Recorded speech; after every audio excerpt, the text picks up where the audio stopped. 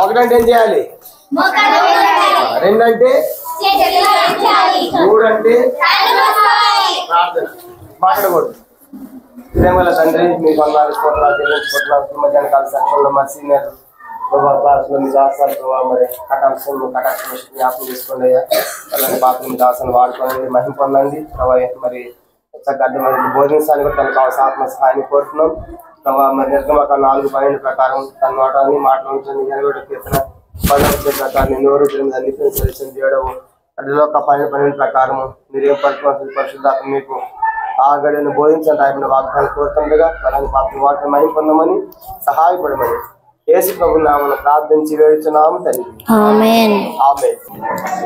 ఈమె అవ్వకి ఇద్దరు ఎవరు కుమారులు, ఒకరు పెద్ద ఆయన కయ్యూను, రెండో ఆయన పేరు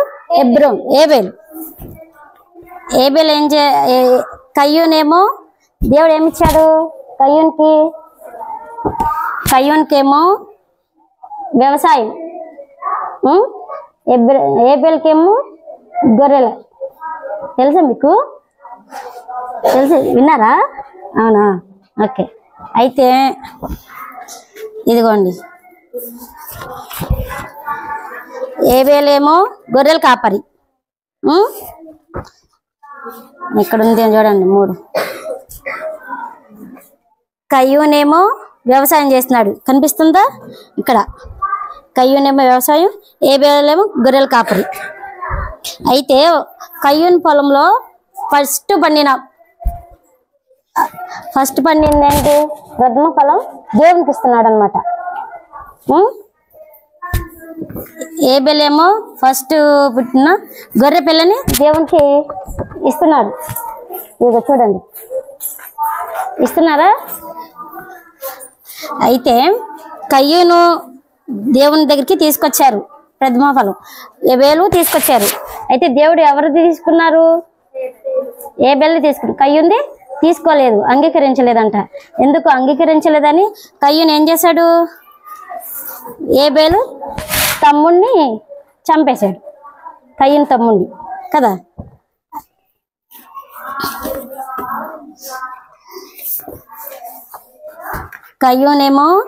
కయ్యూన్కేమో వ్యవసాయం దేవుడిచ్చాడు, ఏబేల్కేమో గొర్రెలు కాపరి. అయితే కయ్యూన్కి మొదట పండిన పొలంలో కొన్ని కాయలు ఉంటే కాయగూరలు పళ్ళు అన్ని పండిస్తాడు, అవి తీసుకొచ్చి దేవునికి అర్పణకి చేశారు.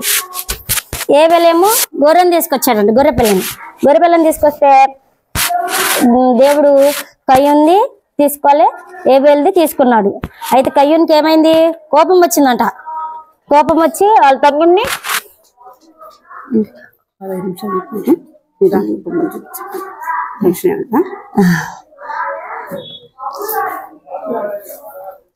అయితే కయ్యూన్దేమో తీసుకోలే, ఏబేల్దేమో దేవుడు అర్పించారు, తీసుకున్నాడు కదా. తీసుకుంటే కయ్యూన్కంట కోపం వచ్చిందంట.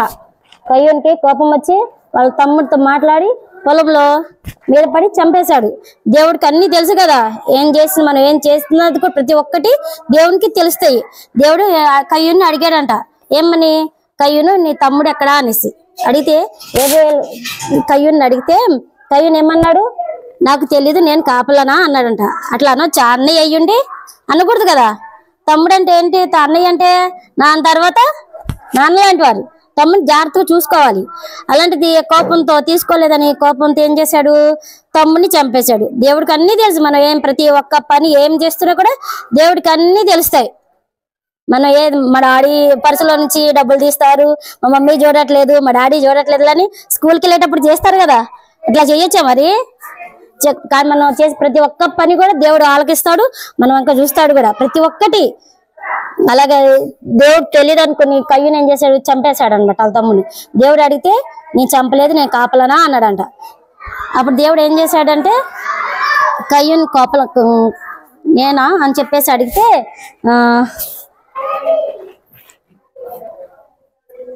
కయ్యూను దేవునికి కోపం వచ్చి, నువ్వు భూమి మీద శపించబడతావు, నీకు ఏది కూడా ఉండదు, భూమి మీద ఆశించవు, నిన్ను దేవుడు శపిస్తాడని చెప్పేసి దేవుడు మాట్లాడాడంట. దేవుడు మాట్లాడితే ఏమైంది? దేవుడు శపించాడు ఎవరిని? కయ్యూన్ని. కయ్యూన్ని శపించాడు.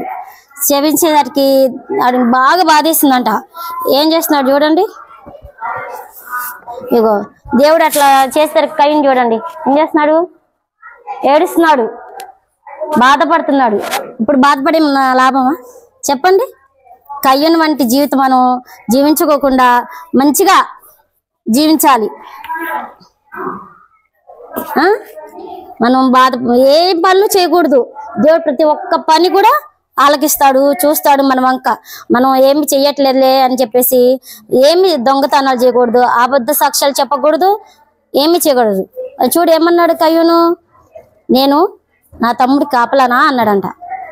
తమ్ముని బాగా చూసుకోవాలి కదా, మరి చూసుకోకుండా దేవుడు అర్పించాడు, నన్ను అర్పించలేదు నాది అని చెప్పేసి కోపగిచ్చుకుని తమ్ముని చంపేశాడు. చంపచ్చు తమ్ముడిని, అలాంటి పని చేయొచ్చా?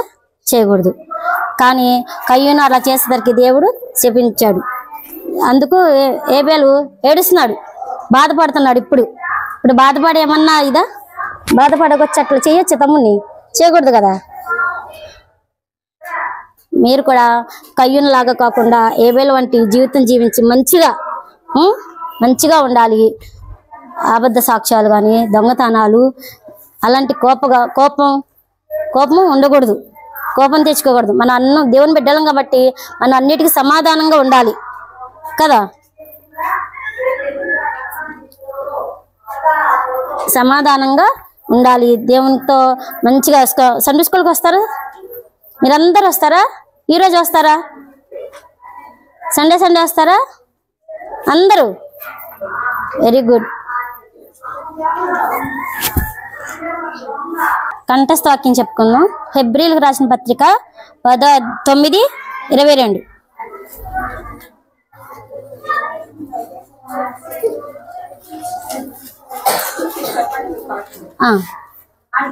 తీశారు అందరూ? మరియు ధర్మశాస్త్ర ప్రకారము సమస్త వస్తువులను రక్తము చేత శుద్ధి చేయబడి ఉన్నాయి. రక్తము చిందింపకుండా పాప క్షమాపణ కలుగుదనియు సామాన్యముగా చెప్పవచ్చును. ఓకే, మళ్ళీ చెప్పుకుందాం. మళ్ళీ నా వెనకాల చెప్పండి.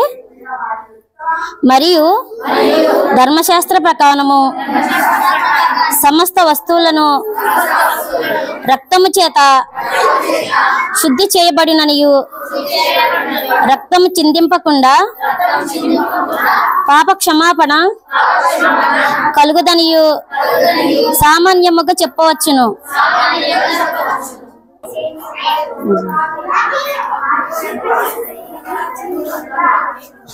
మోకరించండి, ప్రార్థన చేసుకుందాం.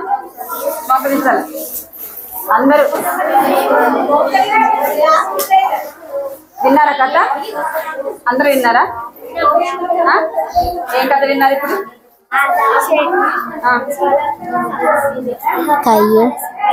కయ్యూను మరి ఆదామవ్వ చెప్తుంది. కయ్యూను హేబేలు. దేవుడు ఎవరు అర్పణ అంగీకరించినాడు? కయ్యూను అర్పణ అంగీకరించలేదా? ఎందుకని?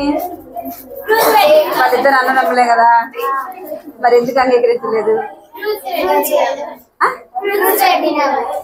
అవునా? అంటే తన జీవితం ఎట్లా లేదు, దేవునికి ఇష్టంగా లేదు. మనం ఇష్టంగా లేకుండా దేవునికి ఏమి ఇచ్చినా దేవుడు ఏం చేయడు? అంగీకరించడు కదా.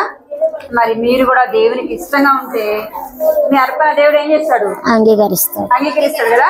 మరి మోకరించండి అందరూ మోకరించాలా, కళ్ళు మూసుకోవాలా. 1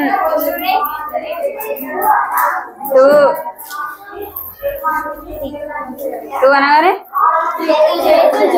3. మీరందరూ చాలా మంచి పిల్లలు అసలు కదా. అందరూ అట్లా కళ్ళు మూసుకుంది. అందరు కళ్ళు కృపా ప్రేమ గల తండ్రి, జీవం గల దేవాన్ని బంగారు పదాలు పొందనాలు స్తోత్రాలు చెల్లిస్తుంటున్నాను తండ్రి. ఇంతవరకు కూడా ప్రభా ఈ యొక్క మధ్యాహ్న కాల సమయంలో యొక్క సెక్షన్ లో ప్రభా మీరు తోడుకొని వచ్చారు. మీ కొందనాలు స్తోత్రాలు చెల్లిస్తుంటున్నాను తండ్రి. రాష్ట్రాలు అతను ప్రభావ మీరు వాడుకుంటూ వచ్చినందుకే మీకు వందనాలు చెల్లిస్తున్నాను తండ్రి.